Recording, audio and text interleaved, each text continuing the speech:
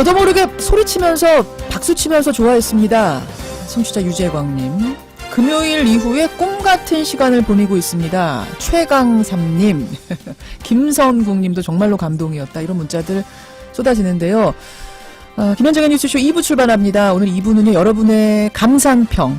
우리가 이제 금요일에 만나고 토요일, 일요일 못 만나고 오늘 만나는 거니까 여러분의 감상평 보내주시고 특히 가장 감동적이었던 장면은 이 장면이다. 예. 여러분의 이야기들 보내주십시오. 이런 와중에 2793님은 아직 우리나라는 휴전 국가입니다. 따라서 위장 평화에 속아선 안 된다. 이런 이제 조심하자는 문자를 보내주신 분도 계세요. 바로 이 생각이 지금 자유한국당의 시각이기도 합니다. 홍준표 대표가요. 3번 속으면 공범이다. 이런 얘기를 어제 했습니다. 예.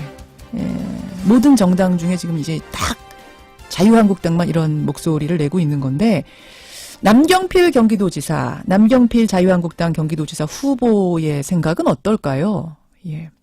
오늘 남경필 지사 잠시 후에 인터뷰로 연결을 해보죠. 그 전에 먼저 만날 분은 행간입니다. 행간. 행간에서는 국회 비준 문제 좀 짚어보고요. 이택수의 여론에서는 정상회담을 보기 전과 후 우리 국민들의 인식은 어떻게 바뀌었는가. 특히 중요한 부분이 정상회담 보기 전에는 북한을 신뢰하지 않았습니다 하는 분들이 회담을 보고 나서 어떻게 바뀌었는가. 요 수치가 중요하죠. 저희가 돌려봤습니다. 잠시 후에 확인을 해보시죠. 그리고 남북정상회담 그 뜨거운 역사의 현장에 있었던 기자단이 있습니다. 예, 취재 기자단 그중에 한 사람 CBS 박지환 기자의 후일담 뒷얘기도 오늘 준비가 되어 있습니다. 50원에 담은 100원의 장문 유료 문자 샵 1212 카톡 레인보우까지 열어놓고 출발하죠. 조성현님 오늘 행간 쉽니까? 아유 행간을 맞습니다. 입으로 미루면 이런 문자가 꼭 많이 들어와요. 네. 가족분들이. 어떻게 하셨죠? 제가 흔히들 동원을 자주 하는데. 오늘은요. 하여튼 무슨 얘기를 해도 기분이 좋습니다. 네, 맞습니다. 뉴스 전하면서 이렇게 기분 좋기가 쉽지 않은데 청취자들도 마찬가지세요. 가장 감동적인 장면이 뭐였습니까? 질문 드렸더니 차경미님은 두 정상이 손잡고 그 군사분계선을 넘었다 또 다시 넘어왔다 하는 그 장면. 이 장면 꼽으신 분들이 제일 많고요. 허성빈님은 환송식 할 때 두 손을 꼭 잡고 그 화면 바라보던 그 장면. 박성수님은 두 영부인이 대화 나누는 장면이 인상적이었다 이러셨고 김정식님은 저는요 웬만하면 영화도 2번 안 보는데 이 장면들은 몇 번씩 봐도 흐뭇하더이다 이런 문자. 전 판문점이 나중에 평화지대가 되면요. 예. 그 군사분계선 왔다가 넘어갔다 이쪽 넘어가는 거 그거 하는 사람들 정말 많을 것 같아요. 관광객들이 가가지고 다 한 번씩 그거 할 것 같아요. 동영상 꼭 찍을 것 같고. 네, 맞아요. 저는 그 도보다리의 테이블 거기 한번 앉아보고 싶어요. 아, 그렇죠. 한 40분 동안 단독 정상회담을 거기서 가졌는데 사실은 제가 그때 TV 생중계를 하면서 그걸 보고 있었거든요. 그러셨어요. 왜 안 끝나지? 끝날 때가 됐는데? 15분이라 그랬는데. 40분을 무려 그렇게 대화를 하는 걸 보면서 나중에 가서 정상도 얼굴 보니까 얼굴이 구릿빛으로 다 탔어요. 땡볕에 거기 앉아가지고 계속 얘기하더라고요. 자외선 차단제 안 바르셨구나. 그런 것 같아요. 그런데 아까 조명규 장관이 중요한 얘기 하나 했잖아요. 네. 그거 끝나고 나서 평화의 집 들어가서 두 사람의 배석자 없는 독대가 15분가량 더 이어졌다. 아, 참. 예, 이거 뉴스입니다. 예, 15분가량 더. 몇 달 전에는 도저히 상상할 수 없는 장면들이었던 것 같은데요. 그러니까요. 저는 공동 기자회견하는 장면이 제일 인상적이었습니다. 그러니까 그동안에 남북 정상회담이 있었지만 이렇게 북쪽의 지도자가 공동 기자회견에 참여한 적이 한 번도 없었거든요. 육성으로 이제 선언문 읽는 그 장면 말씀하시는 이건 일종의 이제 전 세계에 우리가 이런 의지 가지고 있다. 뭐 정상국가라고 하는 표현도 쓰지만 그런 북측의 의지를 대내외에 천명하는 자리랑 마찬가지였다. 그런 점에서 굉장히 의미 있는 자리였다고 생각합니다. 청취자 박남성님이 이분은 굉장히 특이한 장면. 도보다리에 두 사람이 앉았는데, 두 정상이 앉았는데, 북한 기자들이 취재하려고 이렇게 왔잖아요. 그러자 김정은이 저리 가라고 물릴 때, 그 장면이 인상적이었다. 아유, 하여튼 얘기거리가 풍성한 정말 드라마 같은 하루였습니다. 오늘 행간에서는 뭘 좀 들여다볼까요? 그냥 이 얘기로 계속하면 안 될까요? 행간도 관련된 얘기인데요. 지금 뭐 말씀 나눈 것처럼 이 남북 정상회담 감동이 채 잊히기도 전에 지금 정치권에서 뜨거운 이슈로 떠오르는 게 있습니다. 이 판문점 선언의 국회 비준 문제인데요. 그렇죠. 이 뜨거운 감자로 떠오른 판문점 선언 국회 비준 이 뉴스의 행간을 좀 살펴볼까 합니다. 꼭 국회 비준을 거쳐야 되는 건 사실 아니잖아요. 네, 꼭 그런 건 아닙니다. 예. 그동안에 남북이 여러 차례에 걸쳐서 뭐 공동 선언도 내고 뭐 합의서도 만들고 그렇게 했거든요. 예. 그러니까 예를 들면 72년도에 7.4 남북 공동성명부터 시작해서 92년 남북 기본합의서 예. 그리고 6.15 14 공동선언까지 많은 합의가 있었지만 국회 비준 받은 적 한 번도 없습니다. 한 번도 없어요. 그러다 보니까 정권이 바뀌면 어떻게 됐나요? 예. 합의서가 휴지 조각이 돼버렸잖아요. 그렇죠. 예. 그러니까 문재인 대통령은 이런 일이 반복돼서는 안 되겠다 이렇게 해서 법제화가 필요하다는 입장을 그동안에 누차 밝혀왔거든요. 정권이 바뀌어도 흔들리지 않고 이행되려면 국회 비준이 필요하다. 그렇죠. 이런 겁니다. 국회 차원에서 공식적으로 인정을 하는 것이 되기 때문인데요. 예. 그래서 청와대가 지금 비준 동의를 준비하고 있는데 여야 입장이 뭐 첨예하게 지금 엇갈리고 있는 상황입니다.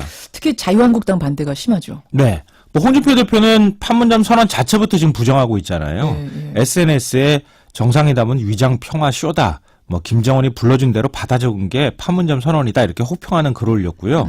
김성태 원내대표도 만찬장에서 자기들만의 잔치를 하고 아양을 부린 사람들이 무슨 양심으로 비준 얘기를 꺼내느냐. 이러면서 지금 비준에 반대하는 뜻을 한다는 뜻을 분명히 밝히고 있습니다. 아양이란 단어가 나왔어요. 네. 좀 약간 요즘 아양. 말이 거칠어요. 그러네요. 이런 상황에서 국회 비준, 이 뉴스의 행간 이면 들어가 보죠. 첫 번째 인간은 비준 동의 요건은 다 갖췄다입니다. 아니 자유한국당이 반대를 한다면서요. 네, 반대해도 예. 국회 다수결로 그 의결이 되는 거잖아요. 예. 그러니까 국회 재석 의원이 지금 293명이거든요. 예. 과반이 147명입니다.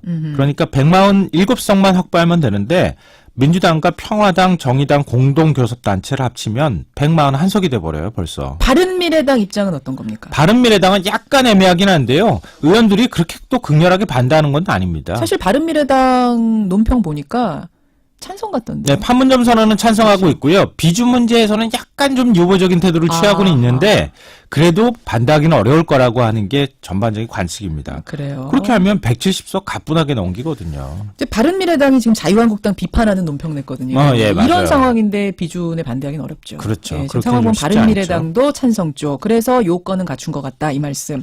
두 번째 인과는 뭡니까? 두 번째 인가는 동의할 수도 그렇다고 안 할 수도 없다입니다. 누가요? 자유한국당이요. 자유한국당이요. 지금 굉장히 그 판문점 선언에 대해서 혹평하고 있잖아요. 어처구니가 없다라는 나경원 의원이 SNS에다 글 올렸다가 항의가 수정도 너무 했죠. 빗발쳐서 수정을 해야 되는 상황이 갈 정도니까 여론이. 네.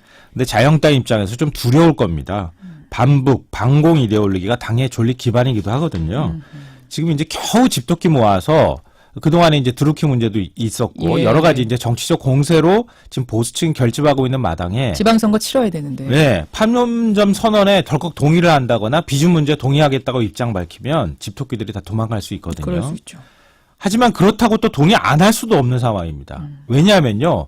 국회 비준 문제가 뜨거운 정치적 쟁점이 된다. 예. 그럼 지방선거에 다른 거 모든 거 다 덮이고요. 비준 문제가 제1순위 프레임이 돼요. 아, 그것도 또 부담. 네, 전쟁 세력과 평화 세력의 판이 짜여질 수도 있다는 겁니다. 그러니까 지금 당장은 좀 반대 목소리 낸다 하더라도 국회 비준안이 올라가면은 적극적으로 반대 목소리 내기는 좀 쉽지 않을 겁니다. 마지막 행간은 뭡니까? 마지막 세 번째인가는 아직은 때가 아니다입니다. 무슨 때요? 문 대통령과 여당 입장에서 지금 남북 대화 겨우 첫발됐잖아요. 예. 근데 비준안을 섣불리 상정했다가 이게 정쟁으로 비화된다?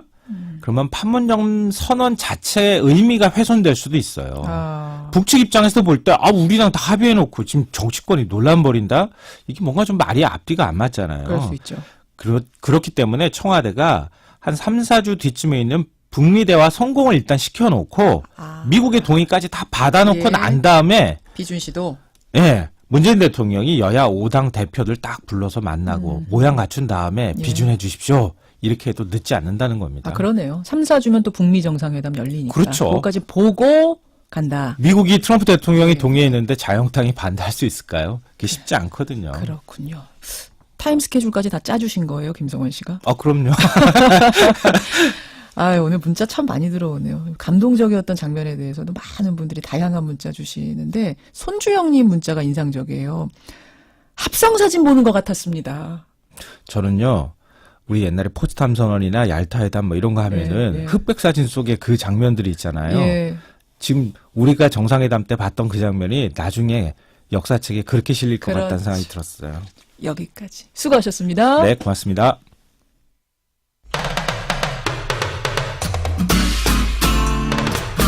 CBS 라디오 김현정의 뉴스 쇼. 예, 조금 전 행간에서 전해드린 대로 이제 국회 비준 문제가 남았습니다. 국회로 공이 넘어온 겁니다. 자유한국당의 반응이 싸늘하다는 얘기는 전해드렸죠. 위장평화쇼다. 말의 성찬에 불과하다. 3번 속으면 공범이다. 이런 말이 나왔습니다. 그렇다면 자유한국당 경기도지사 후보인 남경필 경기지사는 어떤 생각을 하고 있을까요? 오늘 만나보죠. 남지사님, 안녕하세요. 네, 안녕하십니까. 예, 저 SNS 봤거든요. 네. 문재인 대통령님 수고하셨습니다. 국민과 함께 해피엔딩이 되도록 박수치고 응원할 것입니다. 그렇게 쓰셨더라고요. 네. 이거 진심이십니까?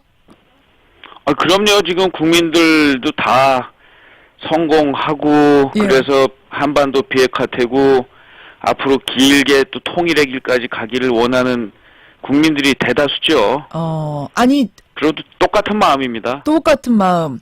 그런데 네. 저기 그 당의 홍준표 대표나 뭐 나경원 의원이나 김성태 원내대표는 혹평하셨던데요. 그분들도 이게 한반도 비핵화를 실질적으로 하는 합의가 없다 뭐 이런 차원에서 이제 비판한 걸 거고요. 분명히 이 비핵화와 통일 이 길로 가는 길에 대해서 반대하는 국민은 없을 거라고 봅니다. 반대하는 국민은 없을 것이다. 근데 조금 더 들여다보자면 말의 성찬에 불과하다. 어처구니가 없다. 8번 속아놓고 9번째는 참말이라고 믿고 회담을 하는가? 뭐 이런 말씀들을 하셨어요. 어떻게 생각하세요? 이런 좀 굉장히 공격적인 말에 대해서. 그러니까 저도 이제 이 앞으로 박수 치겠지만 또 잘못한 게 있고 잘못 가는 게 있으면 따끔하게 그리고 가차없이 비판하겠다라는 말씀도 아울러 이 SNS에 올렸거든요. 예. 그러니까 박수 칠 거는 치고 또 비판할 건 비판하는 그러한 또 비판도 대안이 시하는 그런 자세가 필요하고요. 예. 예를 들면 이번 정상회담을 많은 이 국내외 언론 특히 해외에서는 또 우려하는 경우가 있어서 이걸 절반의 성공이다 이렇게 표현을 많이들 하거든요. 저도 그렇게 보고요. 예. 근데 이걸 뒤집어 얘기하면 절반의 또 실패잖아요. 근데 절반의 성공이냐 절반의 실패로냐 봤을 때 이번 일은 절반의 성공이다라고 평가하는 것이 좋을 듯합니다. 그런 또 성공에 대한 기원도 담고요. 그러니까 칭찬할 건 칭찬해서 북돋워주는 게 먼저지. 지금 안 된 쪽, 구체적이지 못한 쪽에다 방점을 찍고 비판할 시점은 아니라고 남지사는 판단하시는 거군요. 일단 시작은 잘 했고요. 잘했습니까? 그래서 그러나 이제 분명히 이제 진짜 비핵화의 길로 가는지 이 부분은 예. 또 하나 이제 북한 제재의 덕분으로 사실 여기까지 왔거든요. 예. 가장 큰 원동력은 그러니까 그 북한 제재에 대한 이 공조가 흐트러지지 않는 이런 것들에 대해서는 야당의 비판을 또 현 대통령과 정부는 또 겸허히 받아들이는 그런 자세를 서로 가져야 이게 앞으로 쭉 성공해 나갈 것 같습니다. 하여튼 성공하기를 당연히 희망하고요. 예. 박수도 치고 또 맨으로 보면서 비판할 건 비판하겠습니다. 제일 인상적이었던 장면은 남지사님 개인적으로는 어떤 장면 꼽으세요? 뭐 참 그냥 이렇게 두 정상이 허심탄회하게 대화를 하는 모습 자체가 굉장히 인상 깊었고요. 예. 하여튼 제가 그 이후에 젊은 학생들도 많이 만나봤는데 이런 얘기를 하더라고요. 이게 영화인가? 영화인가? 현실인가? 진짜인가? 이런 믿겨지지 않는다 이런 얘기들을 하시던데 가장 인상 깊었던 것은 과거와 달라진 거는 이게 이제 과정과 이 회담이 모두 중계돼서 투명하게 공개된 점 이것이 의미가 있다고 봅니다. 알겠습니다. 국회 비준 문제는 어떻게 보세요? 판문점 선언을 국회에서 비준하는 문제? 비준 문제는 대통령께서 너무 일찍 꺼내셨어요. 그래요? 이거는 너무 급하면 안 되고요. 예. 지금 비준 문제는 이제 북미 정상회담도 끝나야 될 거고 그 다음에 비준이란 게 결국 예산이 얼마나 드느냐에 대한 평가도 나와야 되거든요. 근데 아직 구체적인 명세서가 없잖아요. 구체적인 합의 내용이 없기 때문에 그런 내용들을 담아서 비준을 해야 될 것이고 그러려면 이 국민적인 설득, 국회에 대한 설득 이런 게 필요하기 때문에 비준 문제를 꺼내드신 건 너무 빨랐습니다. 앞으로 필요하긴 합니다. 그렇지만 예. 너무 급하면 체합니다. 급하면 아니 지금 이제 예산 문제 말씀하셨는데 어떤 예산 말씀하시는 걸까요?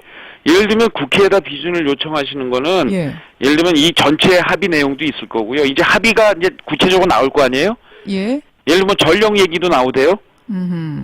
거기에 대한 예산 지원이 필요하겠죠? 그런 것들. 예산 지원 문제는 국회의 동의를 얻어야 됩니다. 그러니까 그런 그러니까 부분은 또 이제 그런 부분대로 하나하나 나오는 때마다 국회에서 다시 보겠지만 지금 이 선언 그 자체에 대해서 국회에서 지금 자유한국당 빼고는 다들 찬성하는 분위기 아닌가요? 이것을 마다할 이유는 없어 보이는데 국민들이 보기엔. 아니요, 당장은 아닌 것 같습니다. 북미 정상회담을 지켜보면서 예. 거기에 대한 구체적인 합의 내용들이 나오면 그때 아마 비준하자는 얘기가 나오겠지. 지금 당장 이 문제를 비준하자고 하는 것은 너무 급하다. 또 북미 정상회담이 지금 뭐 한 4주밖에 안 남았잖아요. 예. 그거 지켜보면서 해야죠. 알겠습니다. 예. 북미 정상회담까지 보고 다시 한번 판단하자. 비준 문제는 이런 네. 입장. 기본적으로는 국회 비준이 필요합니다. 시점이 지금 좀 빠르다는 거죠. 지금 얘기하는 건. 지금 이제 이 상황이라면 특별히 문제될 예산에 있어서 특별히 문제될 걸림돌이 없다면은 비준해주는 게 맞다고 보시는 거고요. 근데 그거는 이제 지켜봐야 되고요. 기본적으로는 비준에 대해서 해야 되는데 예. 그 내용까지를 이제 보고 해야 되겠죠. 알겠습니다. 너무 지금, 이 국회 비준 문제를 급하게 생각하지 마십시오. 그러니까 남지사님 보면은 쭉 지금 말씀이 칭찬할 건 해야 됩니다. 말씀하시면서도 뭔가 지금 시원하게 칭찬은 아니신 것 같아요. 아니요, 그거는요, 분명히 예.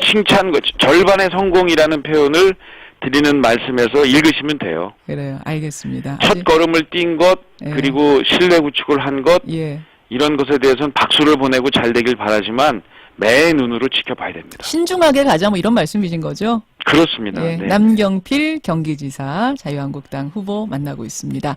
5월 9일에 예비후보 등록하신다고요? 아, 그리고 이 대목에서 한 가지 또 대통령님께 뭐 고언을 드리자면, 예. 북한을 포용했잖아요. 예. 이제 야당도 좀 포용하셨으면 좋겠어요. 그래서 진정한 협치의 길로 가셔야 이게 어떻게 보면 보수를 지지하시는 분들까지를 포용한 앞으로의 행보가 돼야 진정한 비핵화 통일의 길로 갈 수 있기 때문에 예. 이번에 좀 아쉬운 점들 중에 하나는 야당에 대한 포용, 진정한 협치 그동안 모자랐는데요. 북한을 포용할 정도의 마음이면 김정은 위원장 그동안 했던 일들 보면 사실 비판받을 일 많거든요. 그거 포용한 마음이었다면 예. 우리 대한민국 야당 또 보수 지지하신 분들 다 예. 포용하고 좀 가셨으면 좋겠습니다. 이번에 만찬장에 야당 대표 안 불러서 좀 서운해하셨다면서요? 그것도 뭐 작은 예일 텐데요. 그 전에 예. 협치 이런 거 굉장히 중요하거든요. 예. 진정한 협치는 권력을 좀 공유하는 건데 그런 면에서 아쉽습니다. 알겠습니다. 같이 함께 걸어갔으면 좋겠어요. 예, 자유한국당 남경필 지사 5월 9일 예비후보 등록하고 이제 바쁘게 이 지방선거 일정에 뛰어들게 되시는데 네. 남지사님 여론조사상으로는 민주당의 이재명 후보가 앞서고 있더라고요. 지금 2달이 채 안 남은 시점 판세 어떻게 네. 보십니까? 뭐 지금은 불리해 보이는데요. 뭐 지난 선거 때는 또 거꾸로 제가 이 시점쯤에 한 30% 앞섰는데요. 예. 마지막에 보니까 그냥 1% 차이도 안 나더라고요. 여론은 늘 바뀐다고 봅니다. 최선을 다해야죠. 움직이는 것 뒤집기 가능하다고 보고 계시는 거예요. 네. 예. 근데 민주당의 당내 경선이 굉장히 치열했습니다. 그런데 예상과 네. 달리 이재명 후보가 2위 전해철 후보를 큰 격차로 따돌리고 후보가 됐어요. 이걸 두고 전효옥 전 의원은 이재명 후보는 뜨거운 사이다다. 선거에서 승리할 거다. 이런 전망을 내놓더라고요. 성남시에서 보여준 실적들이 어필할 것이다. 이런 분석에 대해서 답하신다면? 근데 이제 이재명 시장님은 스스로 이제 포퓰리스트다. 이렇게 스스로 말씀하시거든요. 그게 아마 이제 목마른 뜨거운 사이다 뭐 이렇게 같이 표현이 될 텐데 이 사이다는 가끔 한 번 마셔야 시원한데 예. 자주 마시면 그리고 이거는 탈납니다. 그래서 이 복지 포퓰리즘 무상 시리즈의 확대 이거는 모르게 성남에서는 가능한 일인지 모르겠지만 경기도는 31개 시군이 굉장히 다양하고요. 예. 예를 들면 서울로 치자면 강남에서는 가능한데 강북에서는 못하는 그러한 정책들도 있어요. 그걸 경기도 전체로 옮기려 하는 것은 굉장히 위험할 수 있기 때문에 저는 사이다가 아니라 예. 생수 같은 정책 계속하겠습니다. 나는 생수다. 뜨거운 생수입니까? 차가운 생수입니까? 미지근한 생수입니까? 저는 시원한 생수가 되겠습니다. 여기까지 말씀 듣겠습니다. 고맙습니다. 네, 감사합니다. 예, 남경필 경기지사였습니다.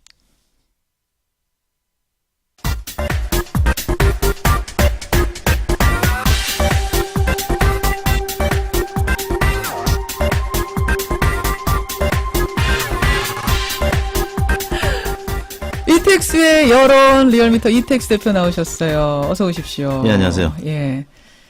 오늘은 뭐 시간이 없어도 가장 감동적이었던 장면 짧게 한 번씩은 여쭙고 가야겠어요. 나리나리니만큼. 네. 어떤 거? 10글자로 하겠습니다. 예. 손에 손잡고 벽을 넘어서.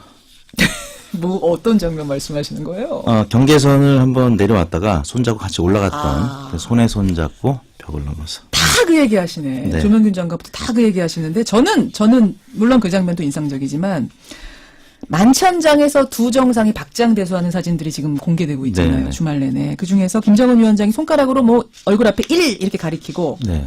옆에서 문재인 대통령이 환하게 웃는 장면이 하나 있어요. 네. 오늘 신문 일면에 많이 난 장면. 그러니까 아마 뭔가 재밌는 얘기를 김정은 위원장이 한 것 같아요. 네. 그러자 옆에서 박장대소하는 이 장면이 저는 참 좋더라고요. 뭔가 무장 해제된 듯한 네. 굉장히 인간적인 모습. 이 장면이 기억이 나는데 네. 아유 여러분들 다양한 6063님 북한 기자들이 엉덩이로 화면 가리는 장면이 기억납니다. 굉장히 열심히 취재하는 모습이어서 인상적이었다. 아 김미현님은 이게 뭡니까? 정상 부인께서 입장하실 때 김 위원장이 문 대통령을 이렇게 보호하면서 기자들한테 비키라우 이렇게 하면서 문 대통령을 이렇게 보호해주던 모습이 기억난다. 그런 문자. 김현숙님은 고향의 봄 노래 부르는 그 장면 너무 아름답지 않나요? 이런 문자들. 아까 어떤 분이 합성 사진 보는 것 같았다 그러셨는데 진짜 하나하나가 다 그랬어요. 다 네. 영화 같은 장면들. 네. 예. 믿겨지지가 않더라고요. 해피엔딩으로 만드는 건 우리 몫입니다. 네. 그래요. 자, 이렇게 김정은 위원장과의 모습이 우리의 상상했던 이미지와는 상당히 다른 모습들을 많이 보여주면서 우리 국민들 생각도 많이 달라지지 않았을까 이렇게 우리가 네. 판단을 한 거죠. 네. 여론조사 어떻게 돌렸습니까? 네. 저희가 지난 27일 정상회담 당일이었죠. 금요일 날 전국 19세 이상 성인 1,073명이 접촉을 해서 최종 500명이 응답을 완료했습니다. 예. 무선 전화 면접 및 유무선 자동응답 혼용 방식이었고요. 표본 오차는 95% 신뢰 수준에서 플러스 마이너스 4.4%포인트였는데요. 예. 다음과 같이 질문했습니다. 문재인 대통령과 김정은 위원장의 남북 정상회담이 오늘 열리고 있습니다. 선생님께서는 비핵화와 한반도 평화 정착에 대한 북한의 의지에 대해 어떻게 생각하십니까? 이렇게 질문은 물었는데요. 이제 이런 거였는데 이게 사실 뭐에 대한 조사냐면 정상회담을 보기 전과 본 후에 여러분이 북한에 대한 신뢰도는 어떻게 바뀌었습니까? 이 조사인 거예요. 네. 이제 답변을 보시면 여러분 무슨 말인지 아십니다. 1번 전에도 신뢰했고 지금도 신뢰한다. 신뢰는 전과 지금 변함이 없다. 1번 2번 전에는 신뢰했지만 지금은 신뢰하지 않게 되었다. 전에는 신뢰했는데 정상회담 보고 나니까 난 신뢰가 떨어졌어요. 이런 분이 네. 2번 3번 전에는 신뢰하지 않았으나 지금은 신뢰하게 되었다. 요게 핵심이죠. 정상회담 보기 전에 신뢰하지 않았던 분이 정상회담 보고 바뀐 거예요. 3번이. 예. 4번 전에도 신뢰하지 않았고 지금도 신뢰하지 않는다. 5번은 잘 모르겠다. 제일 중요한 게 2번. 네. 신뢰했는데 정상회담 보고 신뢰하지 않게 된 분하고 네. 3번 신뢰하지 않았지만 정상회담 보고 신뢰하게 된 분. 네. 요런 분들의 네. 답변이 중요합니다. 어떻게 나왔습니까? 가장 중요하다고 생각하신 2번, 3번부터 먼저 소개해드리면 예. 전에는 신뢰했지만 지금 신뢰하지 않게 되었다. 이런 분들은 2.1%로 굉장히 적게 나타났고요. 근데 2.1%가 나왔네요. 네. 지금 보면 청취자 문자들은 다 감동적이었다는 분들이 많은데 네. 신뢰했던 분이 정상회담 보고 신뢰하지 않기는 좀 쉽지 않은 상황 쉽지 아니었나 않은 싶긴 한데. 응답인데 2%가량 나타났고요. 그래요. 3번 전에는 신뢰하지 않았으나 지금은 신뢰하게 되었다. 예. 이런 의견이 52.1%로 가장 높게 나타났습니다. 52.1%가 회담 보고 바뀌었다, 맘이. 네. 그 다음이 4번이었는데 전에도 신뢰하지 않았고 지금도 신뢰하지 않는다라는 의견이 26.2%로 두 번째로 높게 나타났고요. 불신 소신을 지키는 분들. 네. 네, 그리고 1번 복이었죠. 전에도 신뢰했고 지금도 신뢰한다. 꾸준히 계속 신뢰하는 분들이 12.6%로 나타났습니다. 예. 그러니까 제일 중요한 게 2번 가서 한번 말씀드렸는데 네. 저는 그중에서도 또 하나 좀 들여다봐야 될 것이 전에는 이제 신뢰하지 않았다라는 네. 그 부류를 전체 모집단으로 놓고 네. 그 중에서 신뢰한 분들은 몇 %인가 이걸 좀 따로 볼 수 있잖아요. 네. 신뢰했다, 신뢰하지 않았다를 전체 모집단으로 놓는 거 말고 네. 신뢰하지 않았다는 분들만 모집단으로 해서 몇 %가 바뀌었는가? 네. 어떻게 바뀌었습니까? 이전에 신뢰하지 않았다는 분들이 78.3%였거든요. 예, 예.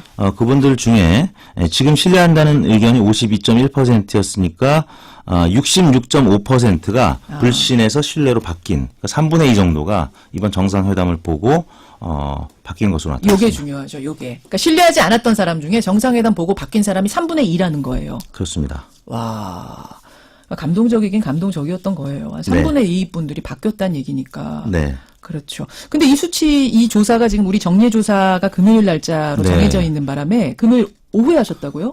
네, 저희가 늘 오후에 조사를 하고 있기 때문에 문 대통령과 김 위원장이 만나서 환담과 모두 발언을 하는 장면 그리고 오전 정상회담을 마치고 각자 오찬 장소로 가는 장면까지 본 다음에 예. 조사가 이루어졌습니다. 그래서 저녁 때 공식 그 성명이 나오기 전에 그리고 만찬이 나오기 전에 조사가 중간에 마무리됐기 때문에 만약에 끝까지 다 본 다음에 조사가 이루어졌다면 그렇죠. 신뢰 의견이 조금 더 늘어나지 않았을까라는 짐작도 해봅니다. 저도 그 저녁 부분에 감동적인 장면이 더 많이 나왔기 네. 때문에 포옹하는 장면도 있고 오늘 조사하면 아마 더 올라갈 것 같다. 네. 이런 생각을 하게 되는데 그래요. 이 뭐 특별히 좀 눈여겨보실 만한 지점들이 있을까요? 과거에 신뢰하지 않았다가 이제 이번에 신뢰하게 됐다는 분들의 의견이 뭐 대체로 모든 계층에서 변화가 있었는데요. 예, 예. 다만 자유한국당 지지층은 8.3%에서 22.8%로 그 14.5%에 오르는데 그쳤던 반면에 예, 예. 민주당 지지층은 신뢰가 70%가량이 상승을 했고요. 정의당은 63%가량 상승. 예. 바른미래당도 55%가량 상승. 무당층도 46%가량이 상승을 했습니다. 자유한국당 지지층을 제외하고는 대부분 50% 안팎 이상 예. 불신에서 신뢰 의견으로 늘어난 것으로. 다만 이제 자유한국당 지지층은 당 수뇌부가 부정적인 의견을 많이 피력을 했기 예, 때문에 예. 긍정적인 의견의 증가가 소폭에 그쳤습니다. 이런 분위기라면 대통령 지지도에도 당연히 영향을 줬을 것 같은데 금요일 날 조사했습니다. 대통령 국정운영 지지도로 가보죠. 네, 문재인 대통령의 지난주 국정수행 평가가 2.2%포인트 오른 70.0%로 나타나서 1월 둘째 주 이후에 약 4개월 만에 저희 리얼미터 조사에서는 70%대를 오랜만에 회복했습니다. 4개월 만에. 네. 4개월 만에. 이건 남북정상회담 효과는 뭐 분명한 거죠. 그렇습니다. 월요일 날은 70.9%로 역시 남북정상회담 관련 보도가 연이어서 나왔었죠. 그리고 예. 화요일 날도 70.7%로 예. 계속 70% 선을 유지했었는데 수요일 날 드루킹 댓글 조작 사건을 둘러싼 여야 대립 격화 소식이 전해지면서 68.7%로 떨어졌고요. 예. 목요일 날도 67.9%로 하락했지만 남북 정상회담 당일 날은 71%까지 하루 사이에 거의 4%포인트 가까이 높게 그러네요. 반등을 하면서 주간 집계는 정확하게 70.0%로 예. 마감이 됐습니다. 그러니까 이것도 역시 금요일 오후 조사기 때문에 네. 오늘 조사하면은 또 다를 것 같아요. 네. 주말에 계속 후일담들, 그다음에 비공개 사진들 막 나오고 그렇습니다. 있고, 그다음에 시차 조정하는 문제 이런 것들 네. 다 공개가 되고 있고 하면서 오늘 조사하면 더 오르겠죠. 네, 지난주 금요일에 발표된 한국갤럽 조사는 73%로 마감이 됐는데요. 예, 예. 아무튼 당분간은 문재인 대통령의 국정수행 지도는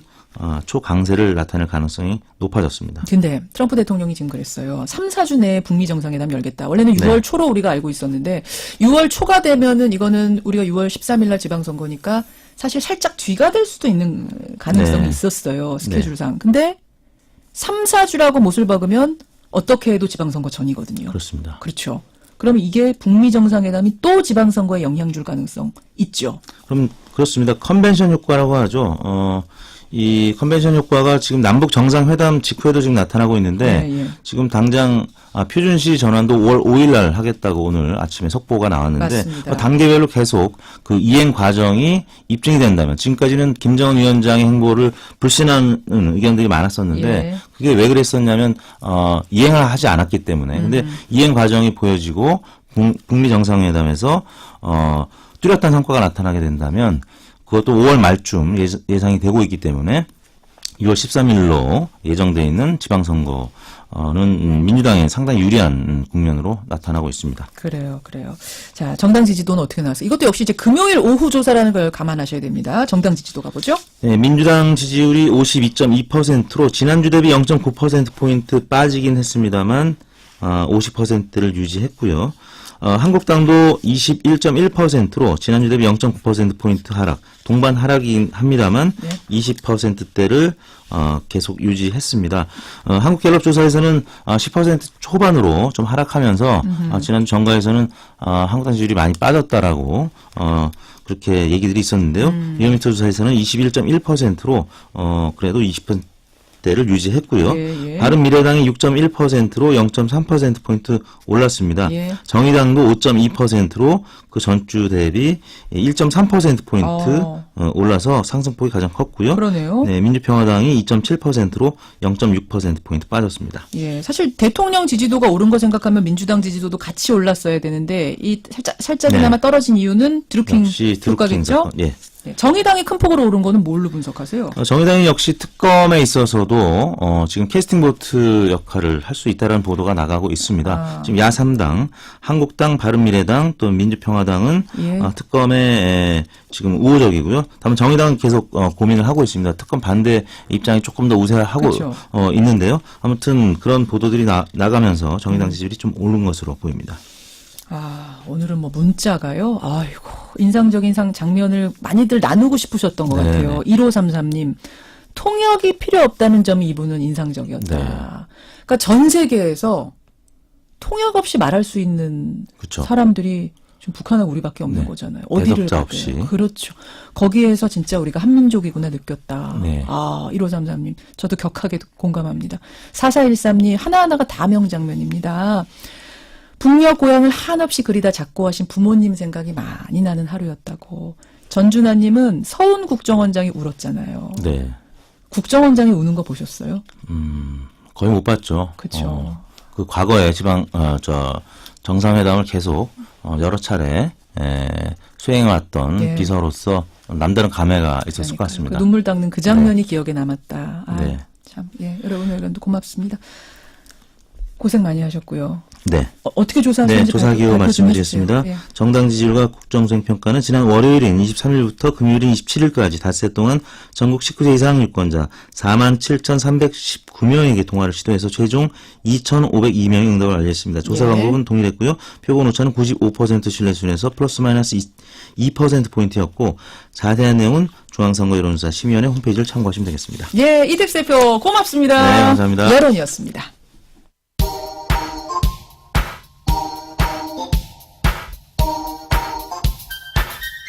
김현정의 뉴스쇼 CBS 라디오와 함께하고 계십니다. 저는 퇴근길 시사잡기 정관용입니다. 예, 원래 월요일 이 시간은 변상욱 기자 수첩 시간이죠. 근데 오늘은 변상욱 대기자가 후배 기자에게 시간을 양보해 주셨습니다. 남북정상회담의 시작부터 끝까지 전 과정을 지근거리에서 취재해온 CBS 기자가 있어요. 판문점 공동취재단의 일원이자 CBS 청와대 출입기자입니다. 박지반 기자, 스튜디오로 나와 있습니다. 어서 오세요, 박 기자. 네, 안녕하세요. 기자들은 만찬장에서 같이 못 먹었어요? 기자들 몫은 평양냉면이 준비되지 않았더라고요. 기자들 건 안 만들어놨어요? 예. 제공이 됐다 하더라도 먹을 시간은 없습니다. 워낙들 바쁘니까. 예. 그 만찬장에서 제일 인기 있었던 음식 뭐예요? 아무래도 평양냉면에 대한 관심도가 높았던 만큼 남측 그 참여 인사들은 평양냉면에 관심을 많이 갖고 즐겼던 걸로 전해지고 있습니다. 평양냉면. 그 옥류관에서 가지고 온 제면기가 뭐 고장이 나가지고 어떻게 됐다 이런 보도도 있었는데 사실입니까? 당일 한 언론이 보도를 하긴 했는데요. 예, 예. 그 현장에서도 평양냉면을 공수하는데 참가한 남측 실무진이 북한 측에 굉장히 속상해한다라는 얘기는 했습니다. 왜냐하면 북한은 평양냉면을 굉장히 격식을 차려서 먹는 걸 중요시하는데 예. 물냉면뿐만 아니라 쟁반냉면, 뭐 꽁고기 경단 이런 것들을 격식을 차려서 내와야 되는데 뭔가 하나 빠졌나 봐요. 그래서 많이 속상해한다라는 얘기를 전해 듣기는 했습니다. 아, 그러니까 이게 뭐 제면기에 고장나서 어그러진 건 아니고 평양냉면은 다 배달이 되긴 했습니다. 했는데 약간 그거 더 잘하고 싶었는데 예. 조금 속상해하더라. 예, 더 잘 대접하고 싶은 마음이 있었던 것 같습니다. 그래요. 어떻게 하다 보니까 먹는 얘기부터 우리가 시작을 했는데 김정은 노동당 국무위원장의 태도, 표정, 말투 이런 게 다 관심사였는데 예. 84년생이에요. 예. 가까이서 보기엔 어땠습니까? 기자들이 보기엔. 전 세계 사람들이 다 주목했을 것 같은데요. 지난 2000년 그리고 2007년 남북 정상회담에 관여했던 정부 관계자들은 예. 그 김 위원장이 아버지 김정일 위원장을 빼닮았다고 한결같이 평가를 합니다. 그 유머 감각도 있고 예. 또 한 나라의 최고 지도자인 만큼 그 남북 관계나 북미 관계에 대한 본인만의 소신, 예. 철학도 있는 듯이 보였습니다. 저는 개인적으로 한 줄로 요약하면 유머러스하지만 단호한 북한 지도자 이렇게 정리하고 싶습니다. 저도 김정일 위원장하고 비슷한 느낌 받았거든요. 예. 대화할 때 뭔가 통 크게 이야기하는 시원시원한 화법이라든지 유머를 섞어가면서 얘기하는 거 이런 거 굉장히 비슷하잖아요, 예, 아버지하고. 또 굉장히 여유로운 모습도 많이 포착됐습니다. 제일 크게 웃음이 터졌던 장면은 어떤 장면이에요? 전체 중에. 몇 가지 있었습니다. 김 위원장이 오전 회담을 시작하기 전에 금강산 그림 앞에서 사진을 찍었잖아요. 예. 그 뒤에 이런 농담을 합니다. 이 정도면 잘 연출됐습니까? 이렇게 이 정도면은 기자님 예. 만족하겠습니까? 뭐 예. 이런. 한마디로 빵 터졌습니다. 그 장면이었군요. 의외로 오전에 터졌군요, 오전에. 예. 그날의 하루를 통틀어서 제일 감동적이었던 장면. 이건 이제 박지원 기자 개인적인 뭐 소회일 수도 있겠습니다만 어떤 장면이었습니까? 김 위원장이 군사 분계선을 넘어올 때였는데 예, 문 대통령이 전 언제 북한 땅을 밟을 수 있을까요? 라고 얘기했더니 그 김 위원장이 손을 잡고 다시 북으로 넘어갔잖아요. 그렇죠. 저뿐만 아니라 전 세계 외신들도 이 부분에서 크게 감동한 것 같습니다.